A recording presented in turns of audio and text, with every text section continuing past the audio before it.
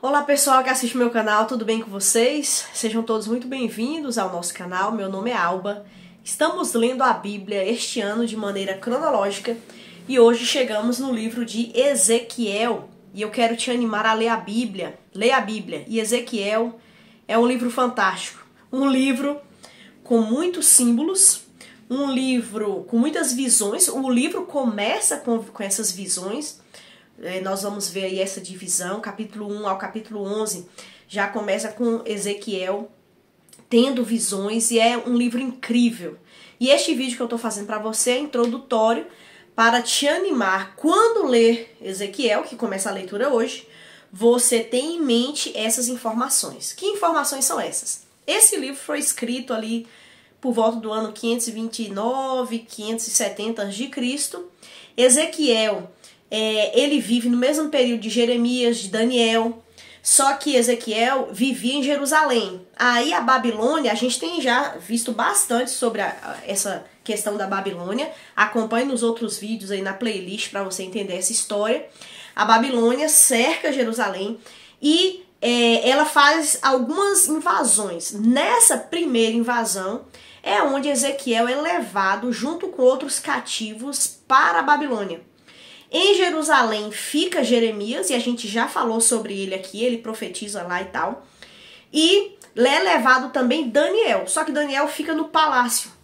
E nós vamos ver sobre Daniel depois. Mas aqui nós vamos ver como Ezequiel está. O livro começa falando que ele está sentado ali na beira do rio Quebar, e ali ele tem as visões. Ezequiel ele era um sacerdote. Ele estava, nesse tempo, já tinha se passado 5 anos desde que ele tinha sido levado para a Babilônia, e ele estava arrasado, triste, pensando também nos seus irmãos israelitas. Eles estavam presos, né, vivendo num sistema ali de aprisionamento na Babilônia, não podia sair da terra da Babilônia. E ele está muito triste e pesaroso, porque ele está fazendo 30 anos. Então é a época que ele ia realmente entrar no ofício de sacerdote no templo. Então ele tem esse apego ao templo, esse amor a Deus, esse temor a Deus. Mas ele está impedido porque ele está longe da sua terra. E é nesse contexto que ele tem essas visões. E a visão que ele tem é uma visão extraordinária. Ele vê 4 seres viventes ali que eram muito diferentes. Esses seres, cada ser destes tinha 4 rostos, né? Tinha rosto de homem, rosto de águia, ou rosto de boi. Então, assim, tem uma descrição a respeito deles, vale a pena você ler. E também eles tinham 4 asas. Eles tinham rodas que giravam ali em todas as direções. Então, assim, a visão é tremenda. E por cima desses seres, tinha sobre eles como se fosse uma plataforma. E acima dessa plataforma, né, tinha um trono. E a glória de Deus estava ali. Deus estava ali. E Jeremias, ele usa essa expressão, a glória de Deus. E aí o texto fala que Jeremias cai com o rosto em terra. A palavra glória, ela no hebraico é kavod, que é uma palavra que indica peso. A glória de Deus tem um peso porque é a manifestação física da presença de Deus. E todo homem que se depara com a glória de Deus, ele cai por terra. A atmosfera é mudada, o clima é mudado, o homem se vê incapaz de se sustentar diante de Deus, porque nós somos pecadores, nós somos limitados, nós somos pó da terra. Então o pó da terra, diante da glória de Deus, volta ao pó. E isso nos faz lembrar até que o cuidado nosso de usarmos a palavra eita glória, ou glória, né? Será que é glória mesmo? Porque a glória de Deus nos faz emudecer, nos faz cair prostrados com o rosto em terra, reconhecendo que não somos nada diante do poder magnífico, santo de Deus. E Jeremias e Ezequiel não foi o único que teve uma visão como essa. Os profetas Jeremias, Isaías, ao ver a glória de Deus, eles estavam como mortos, porque é um peso de santidade, de poder, e não há homem que fique de pé diante desse Deus. Por isso também que nós vemos esses profetas, ao se encontrar com Deus, Deus faz algo na vida deles, é Deus que os levanta. Repare a narrativa, Deus que os levanta para que eles fiquem de pé diante de Deus, porque se não for Deus que sustente, não há homem que fique na presença de Deus. Por isso que, quando nós estivermos no céu, ou a ida nossa para o céu, só pode ser através da obra de Cristo Jesus, porque não há homem que possa se aproximar do trono de Deus. E aí, Deus vai trazer visões e revelações para Ezequiel. E do capítulo 1 ao capítulo 11, nós vamos ver o chamado de Ezequiel e as primeiras acusações que Deus vai mostrar o porquê que está acontecendo isso com Israel, como nós sabemos. Por que Israel está exilado e a coisa ainda vai ficar muito pior, porque o exílio ali estava em processo ainda, outros israelitas iriam voltar, o templo de Israel foi destruído, a cidade foi destruída. Por que isso aconteceu? Por conta da idolatria do povo, por conta da injustiça do povo, a dureza do coração do povo. E é interessante a glória de Deus, e a pergunta que fica é o que a glória de Deus está fazendo na Babilônia? Porque a glória de Deus, ela ocupa o templo de Jerusalém. Lembra quando o templo foi construído por Moisés, o tabernáculo por Moisés, depois o templo por Salomão? Depois de tudo feito, a glória de Deus se estabeleceu. E aí, Ezequiel não entende por que a glória de Deus está aí na Babilônia. O lugar dela é em Jerusalém. Então há muita coisa acontecendo. E Deus fala, olha, vocês estão dessa forma pela idolatria. E Deus utiliza a vida de Ezequiel para transmitir sua mensagem ao povo. E Deus usa de formas muito lúdicas para transmitir essa mensagem. Então, o que Ezequiel faz, né? Primeiro, ele faz como se fosse uma maquete, digamos assim, uma encenação para que as pessoas vejam o que estava ainda reservado para Jerusalém. Jerusalém seria destruído, e Deus fala isso, olha, vocês foram trazidos para o exílio, mas Jerusalém vai ser totalmente destruído. Jeremias faz essa encenação. Outra coisa que Jeremias faz, ele arranca os cabelos e ele corta os cabelos com espada. Uma encenação também a respeito do juízo de Deus. Uma outra coisa dramática que Ezequiel faz, que Deus ordena, ele fica deitado mais de um ano, virado de um lado, amarrado na cama, e depois desse período ele fica deitado para o outro lado, da mesma forma, amarrado na cama, durante um período muito grande. Onde, nesse período, ele tinha que, então assim, desconfortável, provavelmente causou ferimentos nele, dores, porque ele estava naquela situação. E Deus ainda manda o seguinte, olha, seu alimento, seu pão, o seu alimento deve ser cozido em fezes. O combustível para o fogo que faria o alimento do profeta deveria ser fezes humanas.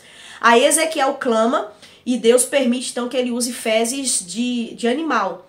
Mas por que isso? Deus mostrando, olha, vocês vão passar, vocês, o povo, vão passar por muito humilhação, sofrimento, degradação, por conta da idolatria, por conta da dureza de coração, por conta das injustiças sobre injustiças feitas, por conta da adoração no templo imunda. Nós vemos os outros profetas, eles revelando isso. Levavam animais coxos, cegos, mancos, no próprio templo, adoravam a Deus, supostamente, e adoravam outros deuses, e essas adorações eram abomináveis, podres, mortas diante de Deus. E Deus avisou, Deus avisou, Deus avisou. Então agora o juízo de Deus se estabeleceu. E a coisa ficou muito, muito feia, né? E aí uma última coisa que Deus fala para Ezequiel é que ele vai fazer tudo isso, mas o seu ministério será um fracasso. Em qual sentido? O povo não vai dar ouvidos. Você vai falar, você vai encenar, você vai me obedecer, mas o povo não dará ouvidos. O povo tem um coração duro, o povo é obstinado.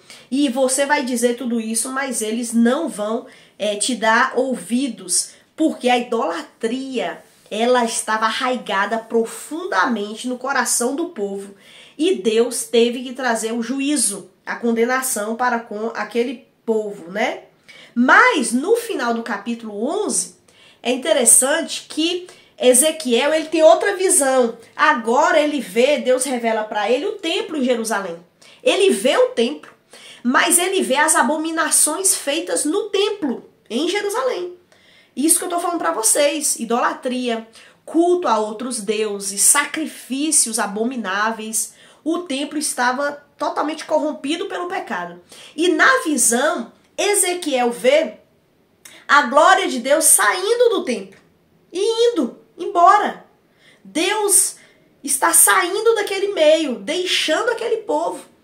E aí Ezequiel então entende. Veja, começou como? A glória de Deus na Babilônia. E a visão, Deus deixando Jerusalém. Porque Deus, talvez uma aplicação que a gente poderia usar, não é? Deus, ele acompanha o seu povo no cativeiro. Deus pesa a mão, mas Deus não abandona o seu povo. Ele tá com o povo no cativeiro. Ele não vai destruir totalmente, ele tá trazendo um juízo. Ele tá trazendo um castigo, mas não a destruição total. Ele vai com o seu povo para o exílio. Olha só que Deus maravilhoso, bondoso, um Deus que não desiste, um Deus que na realidade investe nas pessoas. E esse Deus vai então ficar com o povo nesse momento de dificuldade. Talvez um lembrete, olha, vocês não estão sozinhos, eu estou com vocês. O Deus que castiga, mas é um Deus também que está pronto para consolar e perdoar e mudar a história. E nós vamos ver isso daí, né? Aí é um livro extenso, ele tem 48 capítulos. Eu falei aqui brevemente o histórico de Ezequiel e esses primeiros capítulos, mas do capítulo 12 até o 24, Deus vai então trazer um julgamento sobre Israel. E Deus vai então narrar esse julgamento sobre Israel. Tudo que Deus fez e faz, ele compartilha com o homem. Não precisa, mas ele é amoroso. Do capítulo 25 ao 30, nós vamos ver o julgamento de Deus sobre as nações. Por quê? Porque o mal está no mundo. Os homens praticam o mal e Deus precisa então intervir na história para frear o mal e para trazer justiça. E isso vai causar dano e morte para aqueles que não se arrependem. Então, Deus vai trazer juízo para o povo de Israel, Deus vai trazer juízo para as nações e Deus vai trazer juízo para Jerusalém. Deus fala, olha, vai ser destruído, o templo, tudo mais vai ser destruído. E é uma palavra forte, uma palavra dura. Mas, a partir dos capítulos 34 até o 48, nós vamos ler mensagens de esperança futura para Israel, esperança futura para as nações, esperança futura para Jerusalém. Dos capítulos 34 a 37, aí vai falar melhor sobre a esperança para Israel. É nesses capítulos que você vai ler sobre o vale de ossos secos. Então veja, ossos secos não têm vida, estão mortos, mas Deus traz vida. Deus vai trazer arrependimento. A palavra de Deus eu vou tirar de vocês esse coração de pedra e vou colocar um coração de carne que me tema, que me ame. Então esse processo foi importante para Deus trazer essa transformação na vida do povo. Deus vai trazer do capítulo 38 e 39 a esperança para as nações. Mais uma vez nós vamos ver neste livro Deus falando sobre o Messias, Jesus. Ele virá. E ele veio, né? No caso lá, estava falando que ele iria vir. E ele ia trazer essa justiça. Ele vai trazer essa esperança. Ele vai transformar os corações de pedra em corações de carne pela obra salvadora dele.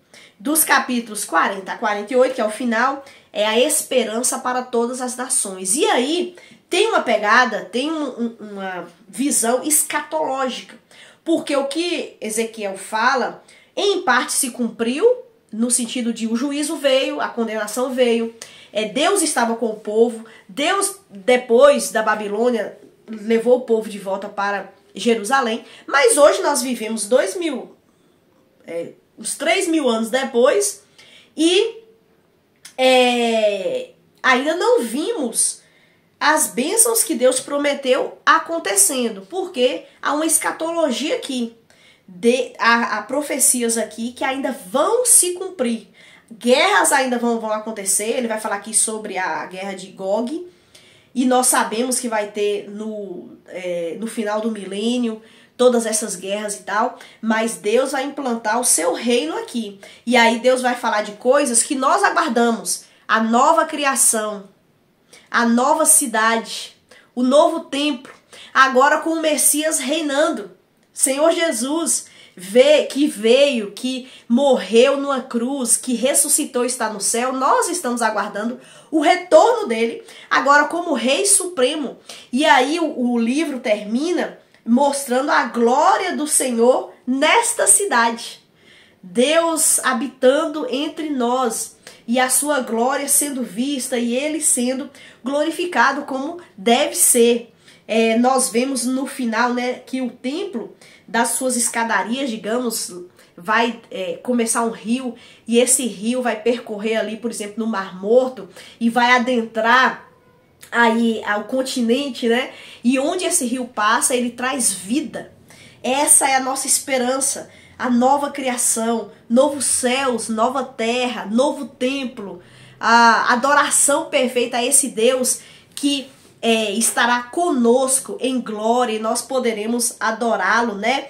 Será uma cidade-jardim, e o Senhor estará ali, o Senhor será rei. Então Deus não abandona o seu povo, Deus restaura o seu povo. E esse livro tem isso, tudo isso, juízo, Deus fala o porquê das coisas, mas Deus promete: eu vou acabar com o mal no mundo, o mal será aniquilado, será destruído, e eu farei novas todas as coisas. Que livro maravilhoso, hein? Maravilhoso. Leia a Bíblia, leia esse livro e sempre ore: Deus, dá-me sabedoria, porque como é um livro com muitos símbolos, com muitas coisas, a sua oração diante do nosso Deus é imprescindível para o aprendizado e o conhecimento que Deus tem para cada um de nós. Então é isso, o livro sobre Ezequiel.